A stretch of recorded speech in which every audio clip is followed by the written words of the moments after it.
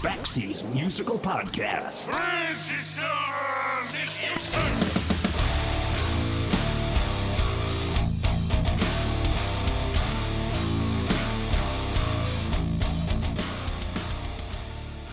Remember a while back when I said that Andy Partridge of the band XTC was one of my all-time favorite songwriters?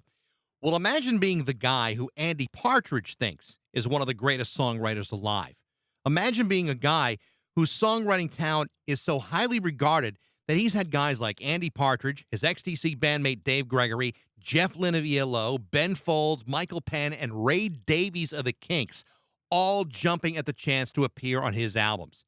And remember how I told you that one of my favorite bands was the band Jellyfish? And do you remember how I've interviewed Jason Faulkner of Jellyfish not once, but twice?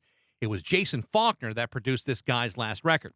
And do you remember how I've interviewed my college friend Cheryl Pavelski from Omnivore Recordings? Omnivore has released two of this guy's albums.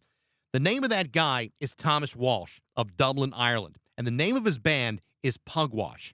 And while Thomas and Pugwash may not be household names in this country, some of the best songwriters in the world are in awe of Thomas Walsh. In fact, soon after Pugwash released their album Jollity, Brian Wilson of the Beach Boys said that the single It's Nice to Be Nice was one of his favorite songs. Since 1999, Pugwash has released 7 studio albums, and Thomas has gone on to release 2 more albums as the Duckworth-Lewis Method, 2 albums about the game of cricket.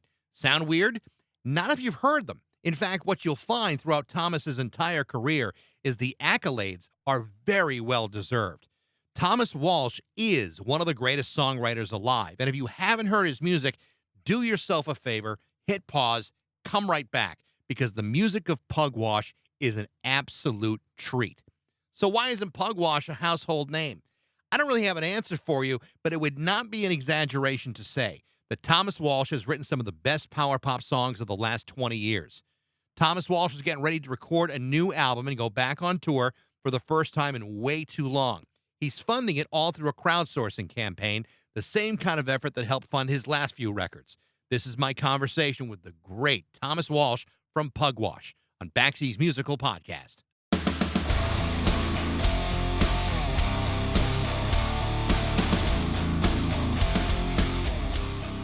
How are you, mate? Great to see you. Good to see you. I was really looking forward to today's conversation. I've been a fan for at least 10 years. Don't start. Nah, I'm going to fawn all over you for a little bit. I hope you don't mind. No, that's great. And you know, it's when was the last time I saw you? It's probably been a while since you and I chatted on Facebook. Have we not met in person? I think the last time you were in Massachusetts was you were in Northampton, and I wasn't able to go to that show. And I figured, well, you know, I'm sure he'll come back in no time at all. But we have not actually had a chance to meet. See, I think I had you in mind when we were playing in Massachusetts, and I was thinking, I remember saying to the guys, like people like Mike Baxendale will be here, and like maybe David Toller, some of those people. I think that was around that area. It could very well have been. Sometimes with the memory, I was like, because I recognize your face obviously from online anyway and all that stuff and what you do. But I was thinking, have I met Mike? That's weird now, because I really thought we'd met, and thank you for putting me straight. But see, I'm getting old, Mike. For fuck's sake. Well, actually, I think I'm older than you are. So, I know exactly what you mean with the memory. It's yeah, but you know, look, you look 10 years younger than me. Look at this fucking thing. So I'm gonna actually, would you believe, I'm going to a local beard emporium that just opened up in the middle of nowhere in Ireland where I live, and I'm gonna get it treated. Wow! I'm gonna get like a natural color in it or something instead of this fucking. So I'm going down the road of vanity. After 52 years, vanity has now come into play. Fuck it. Yeah, what the hell? You know, you only live once. You might as well look good going in. Exactly, and that's the way I've suddenly woke up about 3 weeks ago, man. Who gives a fuck? I don't. I mean, if I have to live with this, you know, other people can fucking live with a slightly better version. You know, when you're blessed with good looks like I am, yes, you know, of course, you gotta do what you can. Even though, yeah, as you can tell, I've spared no expense on these moving blankets right behind me, and Well, I'm sure if you take that down, there's a nice cupboard there, maybe, or a wall with a nice picture on it. There's a beautiful concrete wall. I'm in my basement as I do this. So, cool. Well, look, it's great to see you anyway, and it's been too long really since to really speak. Yeah, if this is the case, well then, Jays, we should have done this before. Well, it's still great. Thanks for asking me. Oh, absolutely. I got to tell you, my wife and I got married about 2.5 years ago. And congratulations. Thank you very much. And we were, we're planning the wedding, and one of the things you have to decide on is what song you want played at the wedding. And we had all kinds of choices, obviously, but the one we settled on was "Lucky in Every Way." Really. And I mean, nobody at the wedding knew the song. No. They had no idea. We don't know the fucking song. But it was an important song for both of us, and it meant a lot to play it there. And really cool. And Pugwash is one of those bands, and I know you've experienced this because I know you're an enormous collector of music. When you have a band that where the whole world doesn't know about it, and you want to let the whole world know, but there's a party that says, "This is my band," and maybe I want to save this all to myself. And Pugwash is like one of those bands that fits on that plateau, very much like XTC or Jellyfish or any of the other bands that I know you and I are both big fans of. Yes, but the thing, well, first of all, thanks so much about "Lucky in Every Way." That's wonderful, because I really, personally, for a song like that, I have it's one of my favorites off that record, because that record is a bit of a dark period of Pugwash, really, and we can get into that later if you want to. But that particular song, I just, sometimes when you write a song in 5 or 10 minutes, and the lyrical aspect of it really works, and the melody really works, and that was one of those songs I thought, yes, I'm really happy with that, and it came out really well, on that particular record. So thanks. That's what can I say? That's a very nice, very, very nice thing to hear. But you're dead right, because when I was growing up, XTC were the band that I didn't want the world to know about. Because I knew them, and especially living in Dublin, Ireland, there was a huge element in me which was kind of like, how does nobody know this band? Of course, people did know Making Plans for Noise, especially in this side of the world, because it was such a big hit. Funnily enough, it doesn't look like a big hit on paper because it's 17 or whatever it got to in the British charts. And Senses of Up and Overtime got further, and Sergeant Rock got close to that and stuff, so it wasn't their biggest hit, but it's certainly their biggest song. And and even though Senses went into the top 10 and they did Top of the Pops, and that's where I remember seeing them for the first time. And it's funny, because when I heard Senses Up and Overtime, I said to me 10, 11-year-old self, this is the band that did that Making Plans for Noise song, which I really liked, but I was saying, this is very different. And it was only like 2 years ago, whatever it might have been. So I was into them from early, but I didn't get into them till the mid-80s, because when I bought Sense of Up and Overtime at the time, I played the B-sides, which was always very important, being a Beatles fan, a Kinks fan. The B-sides are as good as the A's, Bee Gees, all that kind of bands. But for me, at 11, 12 years of age, Tissue Tigers, I remember hearing, I think it was maybe Heaven Is Paved with Broken Glass or something. It was one of those. I'm pretty sure it's Tissue Tigers anyway. So do oh, your dreads out, and it was just too.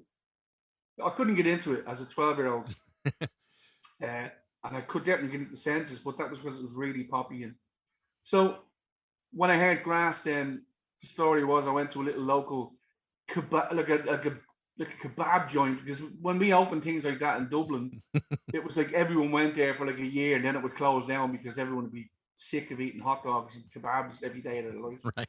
But this was one of those places. It was close to where I lived, and it was a little meeting place, really. And they had a video jukebox, and I had 50p to spare with my hot dog and milk that I was eating with my mates. And they were all just chatting away and doing the usual mates things. But I was like, well, Hey Jude from the David Frost show was on the video machine. This is like 1985. And I looked at everything else, of course, mid-80s. I'm like, fucking hate all that stuff, Aiken and Waterman, Kylie Minogue, whatever, all that kind of stuff was huge. Wham, probably, and George Michael. So I went right down to the end and I saw XTC Grass and I went, well, that's that band. Senses Working Overtime and Megan Pass. And I was, well, let's see what they're doing. So I did Beatles, Hey Jude, XTC Grass.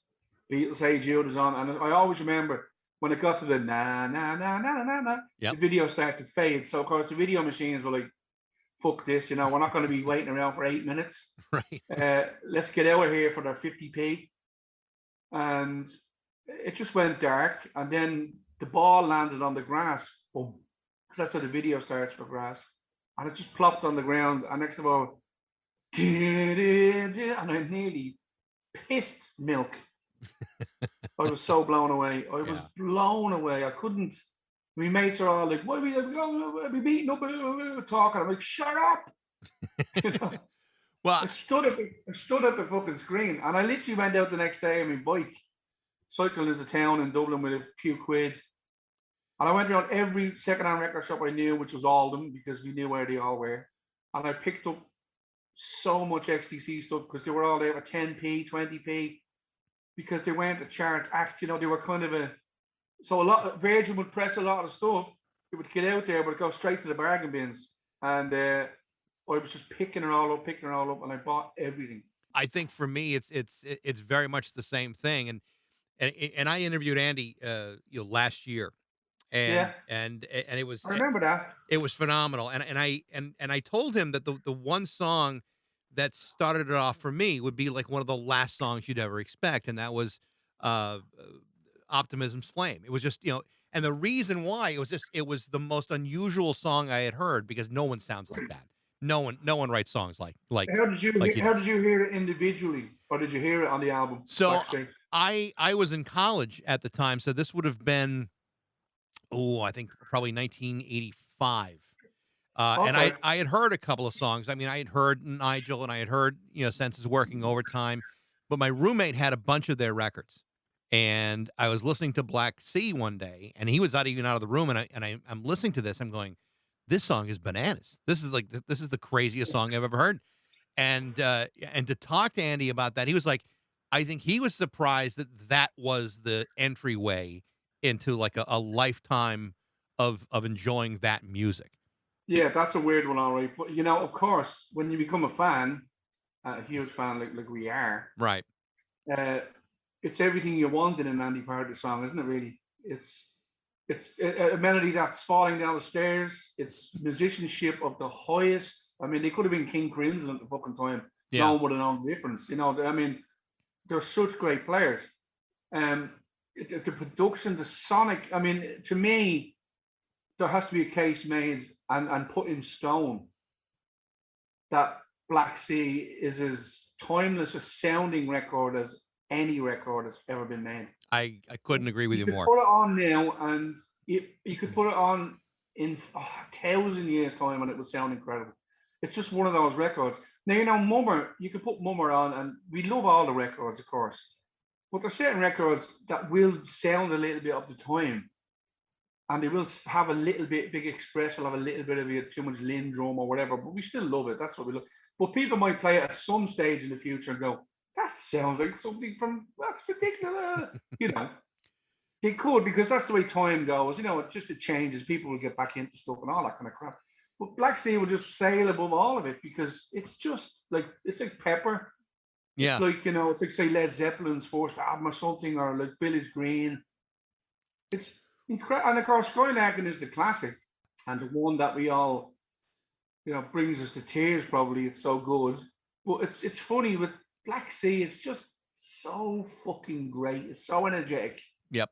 Towers of London, Language in Our Lungs. And even the Respectable Street, the way it starts off, it's like it explodes right at you, and it's beautiful. It's a beautiful record. Respectable Street is a great example of a song completely ruined by censorship and by editing. I mean, I don't think I've ever. Well, I have, of course, I've played it, but I played the edited version just for a laugh. Yeah, because it actually loses all its power and everything. It's so lame. Yeah, and that was the single, and that's where they went wrong, But they didn't go wrong. It was obviously Virgin and stupidity of it. you know. But yeah, so you know, they have the. So again, we talk about them, and they are genius, and they are getting the respect I suppose they should have had then now. But in fairness, they had a lot of crap going through their career that scuppered superstardom, you know. Absolutely, which is confounding to me because there was just so much potential and I mean they take this long strike against Virgin. How much more great music might there have been had that not happened? And it's well, I might see. This is the thing. So when I became this obsessive, I say obsessive, and all that means is that I truly love the music. Yeah, it's not like I want to go to Andy's laneway out the back of his house and look over the fence, because it's not that. It's just that I was getting into my life, as a musician in a way, or I was starting it, and so I had that thing in my head where I wanted to be like this. So it obsessed me because he was so good at it and they were so good at it. So they were a huge influence at that time, apart from the other obvious influences. But they were so important because they were struggling. They were making music that was, to me, world beating, but they weren't getting heard. So I was thinking, okay, it's going to be tough for me to do this. But if I use them as a template, for the quality, yeah, I can at least make the good stuff and, know that it's good, and still know there's a band out there that aren't on top of the pops every week and selling millions, because that's what happens as well, but they can make a career out of it. So I had this real love then of never thinking about success with music, and it stayed with me. You know what I mean? It really has. Yeah. And it's not like I wanted it to be that way. It's just that I've never felt like I've failed, even though I haven't sold many records in the grand scheme of things now. But it's because I had this outlook that I was like, well, if XTC can stay at that level, I can stay at this level, right. As in even lower, but still stay there. And so it's not all about being U2 and being, the flavor of the month. So that was a huge thing to learn when you're young. That's another thing that XTC gave people, I think, that a lot of people don't understand. But you also have a different point of view also, because Andy Partridge is a fan of your music. And to me, I mean, my head would explode if I heard that Andy Partridge and Jeff Lynne and Brian Wilson have all said good things about the things that I have created. Ray Davies, exactly. I mean, another one as well. You remember Ray Davies? Sorry, well done. You remember? Yeah, right. See, the thing is, I do this, and of course, people say about name dropping, right? Now, if they understood, right, name dropping is a very crappy thing, because you see Victoria Beckham saying, "Oh, I was with this King of Monaco yesterday, and then I went on a trip with Elton John to his fucking house on the moon or something." Now that's name dropping, because we know Victoria Beckham could go anywhere and meet anybody, and Elton John can do what he fucking likes. But when it's Thomas Walsh from 1 Kilwood Road in Drimnagh in Dublin, working class Dublin guy who had no musical history in the family really, and all that kind of stuff, like, this is fucking big. And I will drop those names from the fucking Eiffel Tower for people to hear them. I don't care. And the thing is, and I say it because they meant it, they genuinely were honest about it. And if I ever had someone coming back to me saying, I think their stuff was shit, I'd be even happier telling that story than the good ones. And you're right, it did blow my mind. I remember the Brian Wilson thing was it's almost too much to comprehend when somebody like Brian Wilson just says great song to you. Yeah. About one of your songs. I mean, and he looks at you and he smiles because he knows I made that song. And I'm like, looking at him going, he's the greatest composer of all time, probably. Easily. He's definitely on the throne to the left, or right of McCartney and Lennon or whatever, he's just up there. And so that's incredible when, Ray Davies, and he just says, I really like that song, and can I sing on it? And you go, what the fuck? No, that's too much, because Ray is just behind the throne looking over. Yeah. And then you have Jeff Lynne inviting you to his house 4 times, like I was invited by Jeff, and saying lovely things, giving me thumbs up when he's listening to my songs in the studio. And then and that completely melted me, because he's my idol since I was born. Jeff Lynne. My dreams about that man, you know, dreams of the spaceship in ELO, dreams of singing a song with him, all that kind of stuff. And they were coming true. But with Andy Partridge, it was almost like, you know, just kind of, it's like a Michael Penn reaction, because Michael is up there with me with Andy. And so, you know, those kind of writers are really, I kind of idolized them. They're so good. But Andy saying the beautiful things he said and saying them on like BBC and all these kind of things. And in print, I sometimes go, does he mean it? It's almost that unbelievable, you know? So I know exactly what you're saying. I have no problem with it. I love it. Yeah. You know? My sense, and again, I've only had, you know, one conversation with Andy, but also, you know, conversations with Colin too. And it's like, what I gather from both those guys is they're not going to bullshit you. If they really believe it, they will tell you. And if they don't believe it, they're not going to bother. I don't think they would give you those kinds of compliments unless they felt you truly deserved it. And I think I think you do, because I think and I don't mean this just to compliment you. I mean, I own everything you have.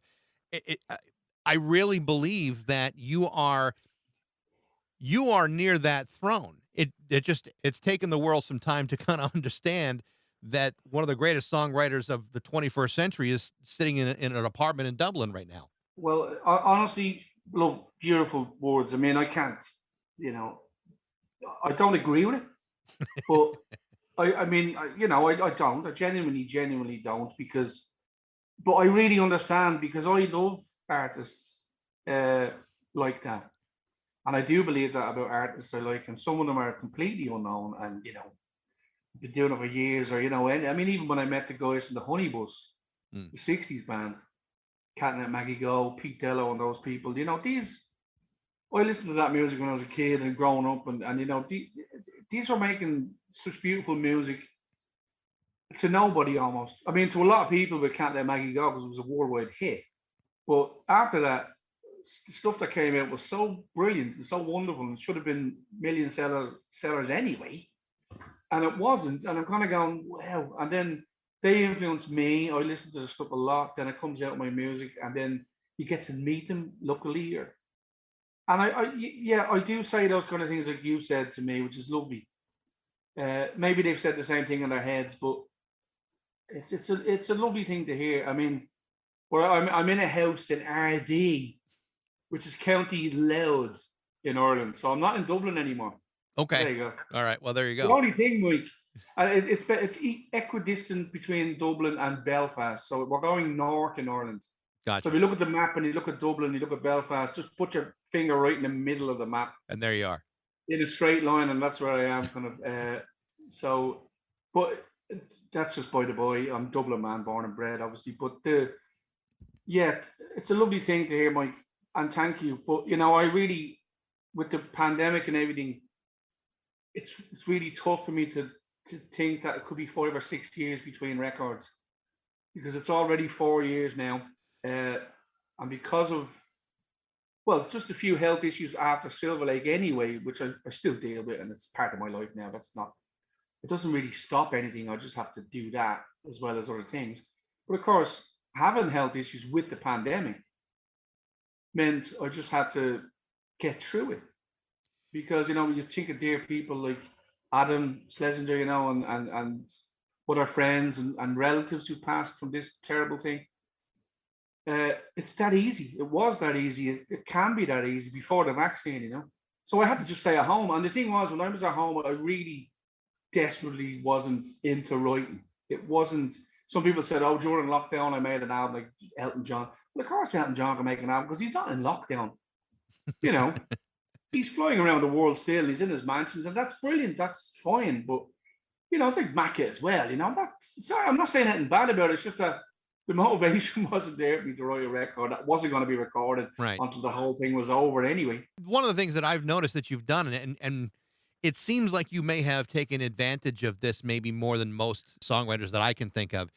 Okay. Even in spite of all of that, I don't know of anyone who did more live stream events than you. I mean, it wasn't like you just sat there and waited for this thing to pass by. You were out there and making yourself accessible in a way that a lot of artists didn't quite do, maybe more than once or twice. Yeah, well, I definitely agree with that because I kind of did one every 2 weeks, and in my head now I haven't. It's gotten less because people get pissed off anyway. Even the nice people, they go, "Oh, Jesus, it's your man again for 3 hours talking shit and playing the Beatles probably." But I said to myself, well, look, if I do something every 2 weeks, it might bring in a couple of quid, to keep me going because obviously I was earning nothing and nothing was coming in. And when you go, see what happens is with a record, you just say you release a record, even on my level, there's a little explosion, woo, and you get some royalties for a year, 18 months because, your music starts getting played again because they're promoting it and all that stuff. So the money can come in for a year to 18 months after a record's been out, even on my level, and it's survivable money. Mm-hmm. A few hundred quid there, a few hundred quid there, and it just keeps you going. That's all it is. Excuse me, that's all it is. But still great, and then some big ones, because you might have had a particular, good month on radio and, you might get $1,000 in or something. They can go like that. It's being completely honest with you. But when the explosion, like a black, like the creation of Earth, it suddenly starts to lessen itself and filter away and go into the midst of time. And that's when you get to 2 years from it and 3 years from it and 4 years from it, nothing comes in. And not only that, when between years 2 and 4 are a pandemic that's killing the planet, you can add the maths there. So I was like, well, I have to do something, and something has to happen. Fans have been amazing, and I can't get over, the support. Yourself, of course, included. The support is incredible, and I'm humbled by it. But that's the thing. Every 2 weeks, I do a show. But what I did then was I said, fuck it. I'll start from album number 1. I'll do the entire album, in chronological order. So I did all my albums. The amazing thing is, there's no way I can remember 50 of those songs now, but just sat here with a guitar, because I listened to the record again for the first time in ages and would say, okay, that's how it goes. Do the gig and then not do it again. So they're all lost again. So when I have to go out and play again soon, please God, I have to listen again and run through stuff. But yeah, I did lots of shows. Then I did a special Roy Wood show, and I did a XTC show, and Yep. I did a Jeff Lynne show, and I did a Kinks show. I did all the stuff I love, but people were great, and I remember I do remember the first show I did during the pandemic, and it was like suddenly 500-600 people watching it. I was like, that's never happened. And it just shows you everybody was at home. I think at certain points, especially early on, people were just desperate to hear live music. And if it didn't necessarily have to be in a big concert hall, sometimes just, sitting around and listening to a guy play was really all anyone needed at the time. But but the fact is, they really did need it. And that's when, when you saw more artists start to understand, the importance of these live stream events, that all of a sudden everybody started to do it. Well, it's funny. It's a good point, actually, because what you'll see is a pie chart or a timetable of artists who really needed to work to survive, and then other artists who have a bit more money and have a bit more success, and then they were the ones that were coming online to play 6 months after the pandemic started. Mm-hmm. Suddenly you'd see, Mr. X, I've announced it, I'm doing a gig. And they go, okay, well, it's taken them 6 months to do it because they have money in the bank and it's all okay. But yeah, I was there fucking 2 weeks into the start of the lockdown, and I was doing my thing because I had to. Yeah. But as you said, it's not like other people weren't knowledgeable of this thing that was happening. They just they would say, I don't have to do that yet. I don't. But they thought the lockdown would be over in 6 weeks. But of course, 18 months down the line, fucking Lindsey Buckingham was playing on Facebook or something. You know what I mean? It's something ridiculous. That kind of thing. John Bon Jovi plays Facebook or something. So the thing is, everybody has to, because all of a sudden their entire outlet for their work is gone. Especially we're going to be the last to go back anyway, really. Yeah. Artists, because it's all packed rooms and, it's just always going to be that way, So I did want to ask you about one thing that I've been curious about, and again as a fan, I want to own everything. I've got this disease known as completionism. I have to have It's everything. not a disease, Mike. It's a perfectly normal thing. Don't worry.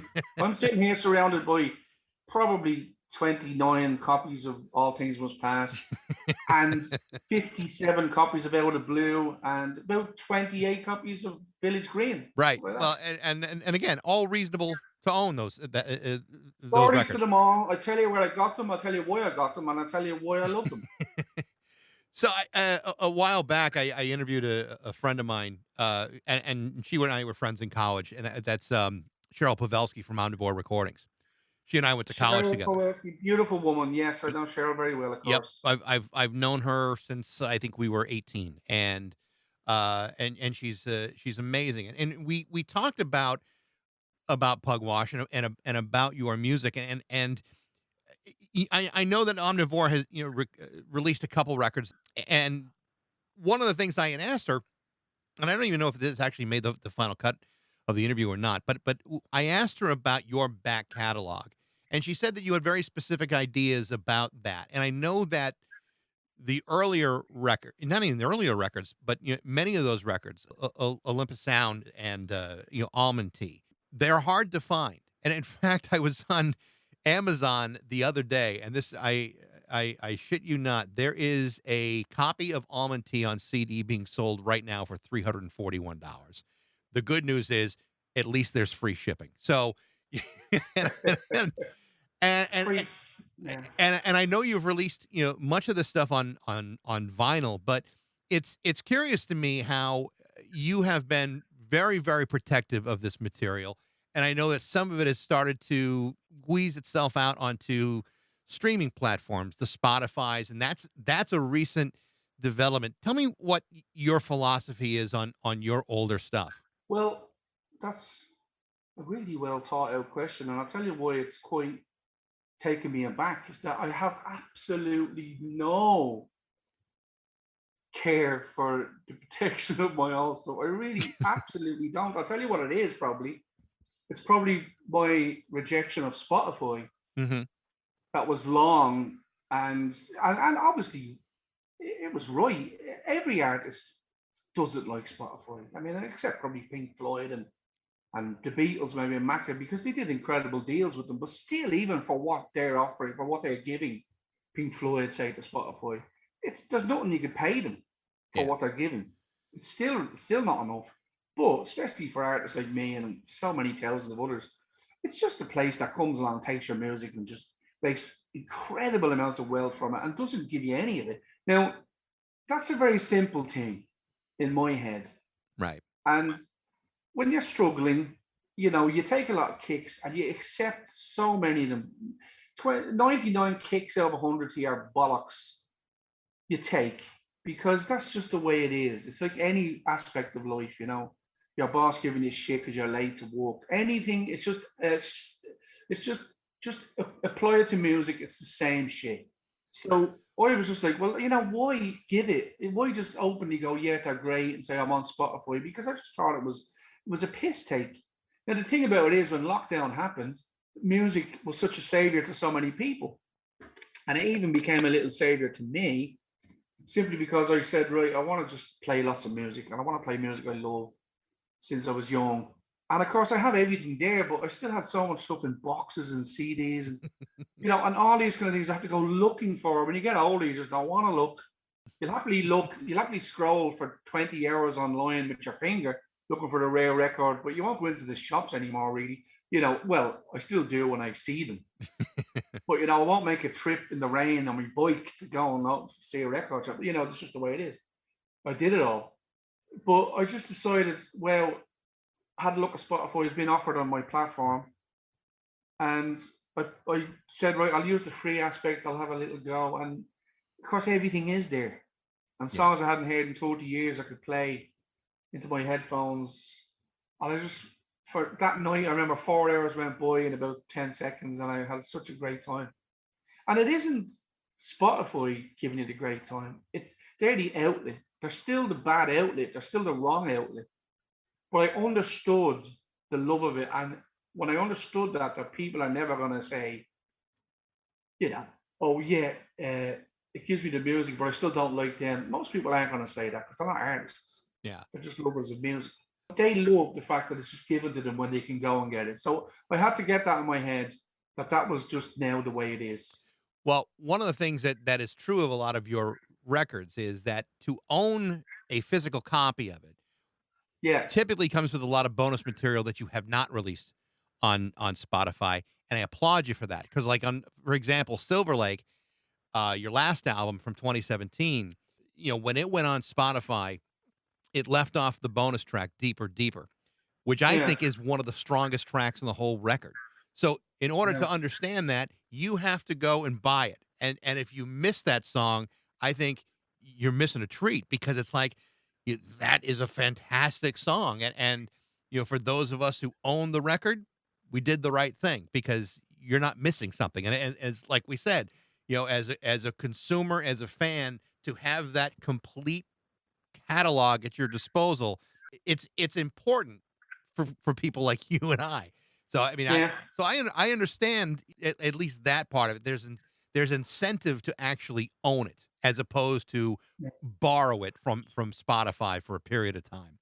Well, I try and because we're about the same generation, so we desperately want the object of all of this, the piece of art or whatever you want to call it. We want it to be something that you can stare at. I used to stare at album covers and labels for hours while I was playing the music that was on it. You know what I mean? As in just looking at it, and that alone would give me an incredible buzz. And that's why labels are so important. You'll never see a bad label on a Pugwash album, because even down to the labels, I make sure there's going to be, especially since I've been able to release vinyl, the labels are never left to just the company who's releasing them as label. I always get my friends, and I would pay the money myself, and I'd pay Brian to just come up. I'd come up with an idea, and we'd work together, and he'd do a beautiful label, and there you go. Because when I had the New World record when I was 8 years old, and one side was the ELO logo, and the other side was tracks this side and tracks other side, that was like mesmerizing, brilliant, and I loved that, and I'd never forget things like that. And then the inner sleeve, and all of that. And so that's why we know people like Kosh, and we know instruments like vocoders, and we know all these things because we read all we had was the record, the covers and the inner sleeves. So we read everything to the last, P and C copyright fucking thing. We read everything. Yeah. Everyone knows Hayes Middlesex is where they printed all the Beatles albums, because you just look at the back and it was EMI, Hayes Middlesex, blah, blah, blah, blah.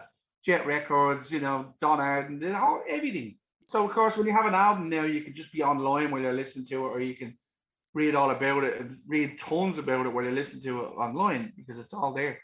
But that beauty of just simple things like labels and covers and putting a bit of effort into the piece of art you're getting, that still really resonates with me, and it'll never leave me. But it's funny though, just going back to the Cheryl thing, it is funny to hear that she thought I was protective. I think as well with Cheryl, we didn't, it wasn't a great relationship. I don't mean as in with me and Cheryl, but she's beautiful and we get on great. There was elements of the company that weren't great for us, and that's just the way it is. That's fine. Nothing to do with Cheryl and anything that Omnivore do, because they're a great label in that respect, releasing great music. But I had a lot of trouble trying to get the kind of the leasing of my stuff. That's what it was, because people have just owned my stuff, because I would always just say yes to everyone. We'd make a record, they pay for it. I wouldn't get any money off them, but I'd be at the releasing a record. Honestly, that was it. I've never got a payment in my life from sales of any Pugwash record, apart from with Omnivore and with Sony recently for the Japan release. The only checks that have ever arrived in my house anywhere for sales of Pugwash records, and that you're talking about the middle to the end of the 2015, the middle of the 2010s, and I was making records since the late 90s. So never, but people would put up a lot of money to make the records. So it was kind of a, it was kind of a work situation like that. But So Cheryl's been great like that, and Omnivore have been great like that. But I had some trouble trying to license my own stuff, which I sorted out eventually. But probably was to the detriment of us with Omnivore, really. You posted recently that you now have songs to record, and you're looking to put together a record, and that you're doing another crowdsourcing campaign to get this thing Yeah. taken care of. That's not unusual anymore, and it certainly is the way that a lot of people have gone about putting together the costs of a new record. Is your plan on that to put a band together, or is this going to be more of like a full solo thing like you did with Silver Lake and Jason Faulkner? No, it's totally that. I Yeah. mean, the thing is, my perfect band. I've had some really great incarnations of Pugwash from the very beginning. Very lucky. Well, just because we all know each other, Mhm. and since I've been going since the '90s, a lot of that generation as well, people of my age and stuff, we all did lots of stuff together. And a lot of us mingled and a lot of us intertwined and became great friends. And so from the very start, I had people from Glenn Hansard's, set up, and people like Lear, Irish band, who had a couple of big records in Ireland back in the day, but were potentially going to be big in America, but didn't happen. Just all these great players.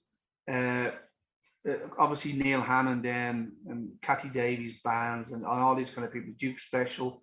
There's all these great Irish artists with great players, and I've had them for a long time. But when I finally decided in a lot of ways to give this a go with a band, it was only because I could get my favorite band together, which was my friends, which was Sean McGee on bass, Joey and Tosh drums and guitar, all the vocals.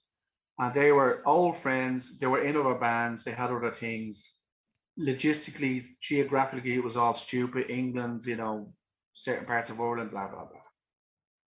But we gave it a go for like 7, 8 years, probably, in a real way, making some great records and touring as much in America as we could and all over the place.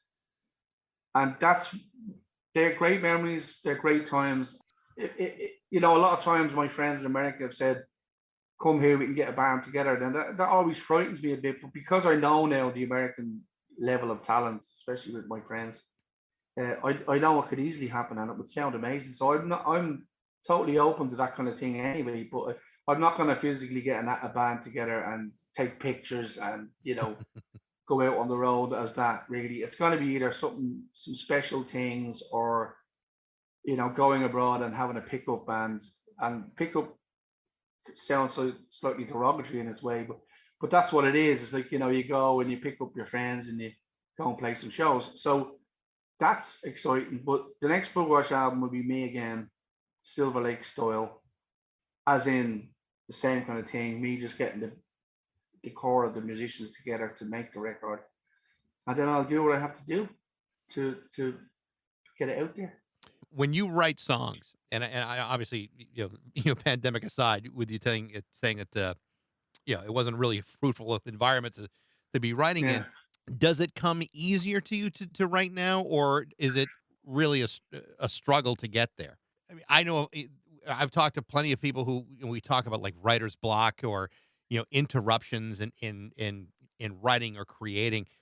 I mean, is that something that you've experienced, or is it something different than that? It's very weird with me. I believe my entire life has been writer's block, simply because, I always compare in a way to the way Neil Hannon writes, because I've worked a lot with Neil. As much as he'd say it, because he's quite honest in a lot of ways, but, he's kind of also a bit flippant about it in a way. But he would work every day on something, on some area of his craft. And that's why, he has the success. And that's why he's such a brilliant guy. And that's why he's doing Hollywood movies now, and stuff like that. He's such a talent. Yeah. Of course. But as an example of someone I ended up working a lot with and being great friends with and having the honor of working with Neil, I just would sit there and go, I'm not even in the same fucking stratosphere as this guy, because I can literally not play the guitar for at least 6 months, not even pick it up. And now some people say, well, that's just lazy, and you don't deserve if you have shit. But again, there's no right way of doing this. No one knows. No one has done it. I mean, like some of the people I'm talking about, like just say the Honey Bush guys, they made records till 1970, 71. Then they stopped making records for 25 years.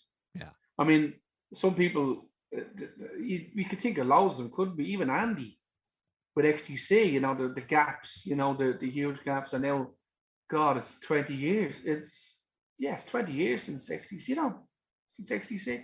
Yeah. And there's so many artists that go, oh, that's the first album in 11 years. Blue Nile, all these people, but again, they might have made one great record and be able to live off it. That's right.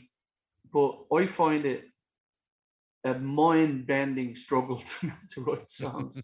But because I know at the end of it, there's something special, you just fight through it. I mean, I was saying this the other day to somebody, the annoyance of writing, because just say I made a sandwich, a chicken sandwich, say, and I was feeling a bit crap and I had a few aches and pains and I hadn't slept well, and I taped something on TV to watch, and I go, right, sandwich, cup of tea, couch, TV.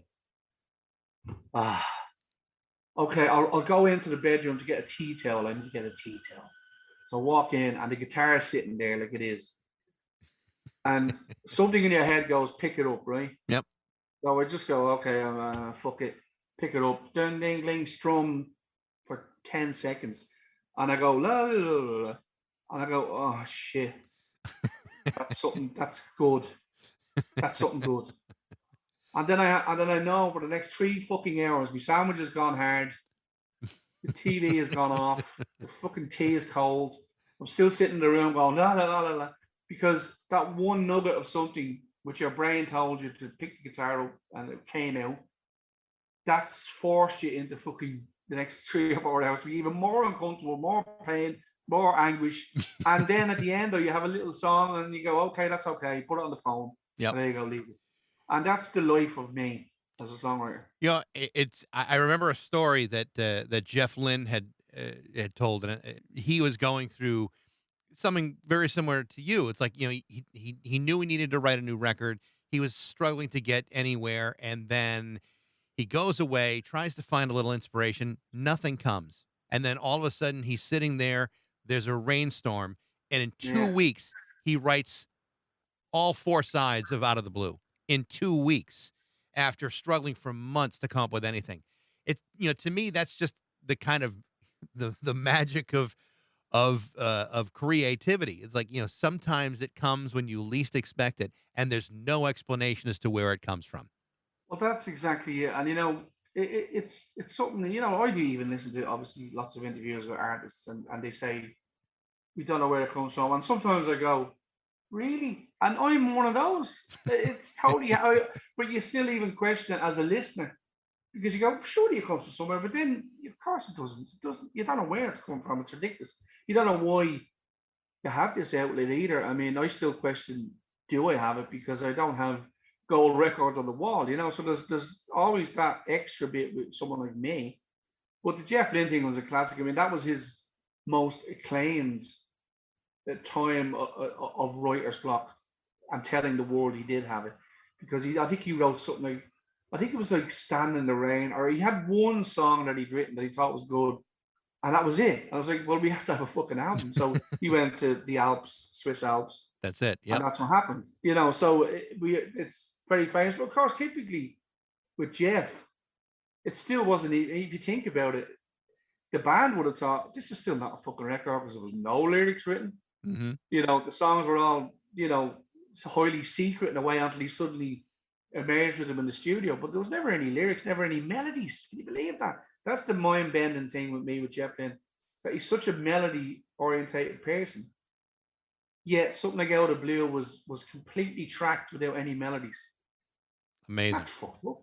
That's as weird as the Brian Wilson world, the Lennon and McCartney world. That's why, to me, he's up, and that's why a lot of people just think of his glasses and his hair and all that stupid shit and, you know, flares and all that bollocks they come out with when they slag you out. Now, of course, they're getting a lot better press the last 10 years. That's great. But a lot of that slagging was that they just didn't take him seriously. Yeah. But anyone who can make a record that sells 10 million albums or whatever, like out of the blue, and have one of the greatest songs of all time, Mr. Blue Sky, and track an entire record with orchestras and drums and pianos and fucking everything else, and have no melodies until the last minute, well, that's a fucking genius in my world. So, but I can't do that. If I write a song, it almost gets the arrangement, the length, the lyrics, everything gets done at the same time. It's like I just have to finish the cake, and you know. But that's what I did with this record. I mean, I've 12 demos on my phone that I finished. They're finished phone demos, they're called. So they're the structure of the song and pretty much the lyrics. And I said, I normally write 20, 25 and I pick. But this time I just went, I kind of like each and every one of those. In my head, they sound like they could flow as a record. I'm just leaving it there. I've one other song that's been in my head for a while that I know I can finish. That might be another one. But at the moment, I've just written 12 to do 12, and I've never done that before. And it's funny because that's exactly the way Jeff Lynne wrote as well. That's where you don't hear any outtakes of the ELO stuff because there's none. So you're not going to get 10 extra songs from out of the blue that were done, never released. No, that was it. He did 17 or whatever the fuck it was. He did it. And same with all the records, really, apart from a little later when they did the odd bits. But he's a great example of someone never recording strenuous stuff. Yeah. Whatever they go. Well, I hope that when you do get to putting this all together, that I can buy it for less than $341 and free shipping. Well, see, the amazing thing is Amazon. I often wonder, are they even physically available? Because sometimes you see things like that and you go, well, that's ridiculous, because you can't just look around for a bit and you might find one for 20 quid. Now, in fairness with Almanac and Almanac, no, you won't, because they are really scarce. I mean, the thing was, they were released on a label called Velo Records, which is two great friends of mine in Dublin. Lovely people, still great friends. And they just released some lovely Dublin Irish music, you know, of really talented artists who went on to do better things, bigger and better things. A lot of them. But I'd be a good example of someone who kept going after starting with Velo. But especially with Almanac, that was the last album they ever released because they folded about 2 weeks after it came out. So it didn't even get out of the storage unit. Wow. The distribution unit. So I went down, it's a famous story for me. I went down to the place about 6 weeks after the album came out because it was on sale for $27.99 in Dublin shops. Old money, before euros even. Because the company went and folded, and so the distribution people wanted their money back, so they upped the price of it and everything. So no one was buying it. I think it sold 111 copies on CD officially. Really? Almanac. Yeah, so there was about 1,000 printed, I think. But what happened was I went down to the storeroom and I said to the guys, because I even knew them, because I'd worked with them before at the time on the first album. I said, look, lads, the company's bust. And you know that stuff's going to sit in there and probably going to get thrown out. Because you're not going to distribute it because you've no money. You don't want to distribute it because they owe you money. And I know they owe you money. And I will be taking, and the stock is maybe the only thing you can get the money back on. But if you're going to let it sit there, would you not just give it to me? Okay, he has a point. Because I don't think it happened nowadays, really. But anyway, they said, yeah. But what they did was they brought out all the stock on a pallet. And I was standing there with no car, no nothing, because I don't drive. So I was just there going, okay, I have a pallet full of my own CDs. What do I do? So a friend of mine, I rang, and he came down with his truck. Yeah. Put them all in his truck and brought them back to him. And that's how Almanac is such a loved album in America, because Jason Faulkner was on it. And I literally sold them for $10 each, including postage. Literally to about 400 to 500 American people over through MySpace, and over the next 18 months. They all went to America. A few went to Japan. Well, I got my copy of it, so it's so I'm. Look at you! I know. When did you get that copy? Oh, this was. Do you remember? I think I got this about a year ago. Okay, so you got it online. It looks like a nice copy. It's a good copy. It's a used copy because I mean Give us a look. Give us a look at the back and stuff for a second. There you go. Did you put a new box on it? Because some of the ones that you can buy have these promo stickers on the back. Because honestly, they were the only ones that got out. The ones that had these, like, I think it's no, this wasn't a cutout or a scratch. Oh no, there wouldn't have been any of that. No. Yeah, or a scratch scan. The only one I have not been able to get is Almond Tea, and that's and I can't justify $300, but I always keep my eyes open for it. Yeah, I mean $24 would fucking annoy me. But I have to say, again with Almond Tea, about 5 years, about 10 years ago, my dear friends from that label were back in Ireland because I remember Michael went to work as a teacher in Belgium, and I think that's where he still is actually, the main guy, Michael O'Shea. But he came back to Ireland for a while to do family stuff with his brother who ran the label. I walked in, they'd been out in their shed, and they'd literally found extraneous boxes. So there was about 4 boxes of Almond Tea. There was about 50 copies of Apples on CD single, but about 20 of them were water damaged. So I kept the discs. I remember I had to fuck out the sleeves. Some posters and about 100 almanacs with no plastic casings. So the booklets, the back bits, and the CDs. So I bought cases and I sold more of them.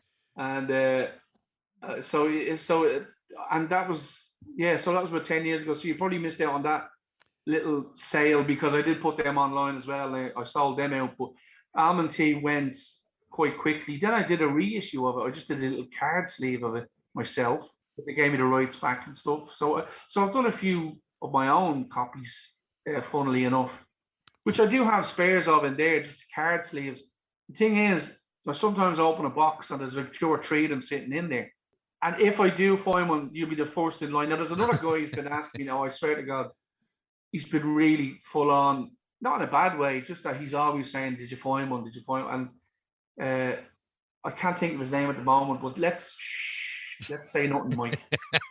No, if I find one, I won't say anything. I'm not being bad, but he'd probably pay 340 quid for the booklet anyway. So. We don't have to out that guy, especially if he winds up getting my copy. So no, it's okay. But I will. Do you know what? Because I did all the moving shit that happened, you might have seen online when I was evicted during lockdown. I got so scared because it was such a harrowing thing to move everything. Yeah. That the whole room in there still full of boxes. So, because I'm thinking, well, if I get hoofed out here for some fucking weird reason without warning, I'm not going to be boxing all that shit up again. Right. So there's an element of you kind of, but I want to get out of that. I don't want that to be something that dictates how I live, Yeah. So I'll get into the boxes eventually in the next few months, and if I find one. Thank you. Well, I appreciate that because I've heard the records. They're just so damn good, and there's so many great songs, not just on those 2 records, but all of them. And I got the whole stack here, Thomas. I got the whole damn stack here. So I like saying a stack. Yep. I do love the fact that they're all coming out on really lovely vinyl though as well. I mean, and for someone of my level, they're really quality pressings and they're really quality. Everything is remastered, like digitally, like artwork and stuff even, and the some had been rejigged. Like, so the Almanac vinyl had a bit of rejigging of the cover. Yeah. A little bit of font change, just a couple of little things just to make it really stand out as a big thing. Almond Tea, there's a little bit of changing, and there's a beautiful change on 11 Modern Antiquities that is coming. Friday is the latest. Oh, good. That they will be in England and getting packaged to be sent. The other thing is, because I'm doing these few house shows at the end of the year in America, my deal with Sugarbush is I get stock, I give them the album, they sell it. Of course, I can sell my stock when I play gigs and all, but of course that's why I've got a lot of boxes of stuff the last few years, because I did Almond Tea, Almanac, the Good, the Bad, the Pugly thing, and then I did Jollity with the 7-inch and the picture disc. So there's a lot of boxes of stuff that couldn't get sold because I wasn't playing. So I'm sending a box of stock to America to my friends, and they'll be the stuff I can use. I can sell at gigs basically when I do them. Did you So, get Jollity, by the way? In fact, I do. I got it right here. There you go. Did you get the vinyl? Are you a vinyl man at all? Are you? So I had been collecting. I get a feeling you like the CD. Of course, we love CDs, and you know. I like the CDs.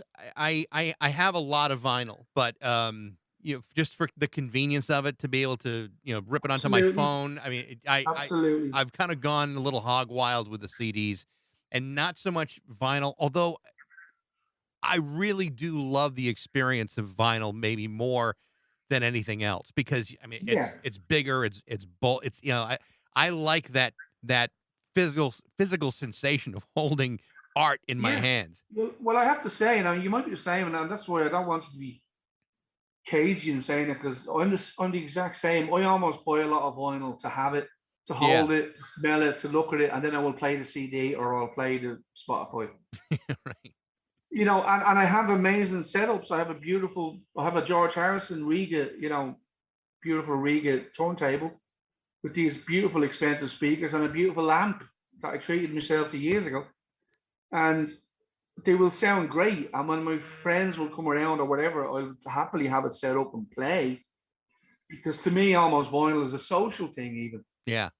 More than it is a personal thing. No, I definitely see that. Musically, you know what I mean? Yeah, because if you have 10 people around and you play vinyl, it's very cool and it's great. Yeah. But on your own at home, relaxing, if I have the physical thing in front of me and I have my headphones on, I'm listening to it on Spotify. Now sometimes you hear things and you kind of go, that's not quite doing it to me. I mean, an example of a great band who don't do digital very well is the Kinks for me. Now Andrew Sandoval has gotten their catalog together beautifully, and digitally since Andrew's been involved, yes, fantastic. But for a long time, they were just, I'd have to go back to See My Friends 7-inch Poi single UK, because that fucking thing blows the head off you. It's so gorgeous, and you play it on CD, and it's tepid.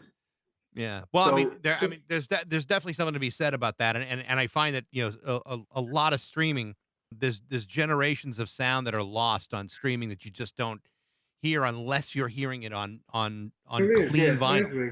Yeah, I agree. Yeah. And it's not huge, but there's a definite other side to it. I love that when Nick Drake was the re-release of all Nick Drake stuff. Now I know he's been re-released a lot, but it's right. I don't give a shit. Once it's nice, beautiful, I'll pick it up really. But there was also the fact that they needle dropped Nick's own copies of his own albums as an extra, as an online download extra, 16-bit, whatever it might have been. This is about 10 years ago, probably, when they re-released a lot of stuff in the box sets and stuff. And those needle drops of his own records, listening to them with the crackles and stuff, and knowing they were Nick's copies, that's a very beautiful thing. Yeah. And that's a whole other side to it as well that young people would love about music. So if you have an 18-year-old who loves Led Zeppelin and they love the first album so much and they know every bit of it, but if you said this is Robert Plant's own copy, needle dropped and available for download, that would blow their fucking minds. It's another aspect of music that's yet to be explored, I think. The first album I ever bought was Queen's A Night at the Opera, and every time I hear it now, I still remember where all the skips and the pops were on that first vinyl copy I had, to the point where I prefer those skips and those crackles, because that's the experience I had when I listened to it, in 1975. When I bought Dukes of Stratosphere when it came out, 25 o'clock, there wasn't it was sealed and all. I bought it in HMV. And I brought it home and I played What in the World, when I was playing the album. And I did this incredible, really off-time, jazzy drum fill. Do that, and I just was like, that's fucking brilliant. It's almost like they spliced the tape. For years after the CD came out, I thought that's what it was. It was a defect in the vinyl. And it just went to this incredible off-time thing. And do you know what? I can't listen to it without knowing that bit's coming up. Yeah. Jethro Tull's Benefit album. There was a skip in I'm sitting in the corner feeling glad inside, which I love. I love that record. And it just skips And it's just like, all right. Whenever I hear it now, it doesn't sound right without the skip. And that's another beautiful thing about vinyl. There's so much more to it because it was fragile and vulnerable. Well, Thomas, it's been a real joy to talk to you today, and I do appreciate you taking the time. And like I said, My pleasure. I am a huge fan of your work, and I can't wait to hear more. So thank you. That really means a lot. I'm sorry for blabbing on too much. I'm sorry for giving you too much to edit. Please. Well, thanks, man. But I love the fact that I love to speak to people who have knowledge and who have a love of music like you do. So there's a lot of times you do these things and it's just a bit of, questions by proxy or whatever, it's just, so your stuff, you're a passionate man. You've done some great interviews in the past. So I'm very happy to be here. Thanks for asking me and have a great rest of the week. You too, Thomas. A real joy. Thank you so much. Cheers, mate. We'll stay online and keep in touch. All right. Thank you. Hey, thanks for listening. If you're looking to hear some of Thomas's best songs, I put together a playlist on Spotify of his music. You can find that on Facebook and Instagram and all kinds of social media. And if you like the show, please feel free to share it, love it, spread it around to all your friends. And you can email me at bax@rock102.com. I'd love to know what you think. And thanks so much for listening to Baxie's Musical Podcast.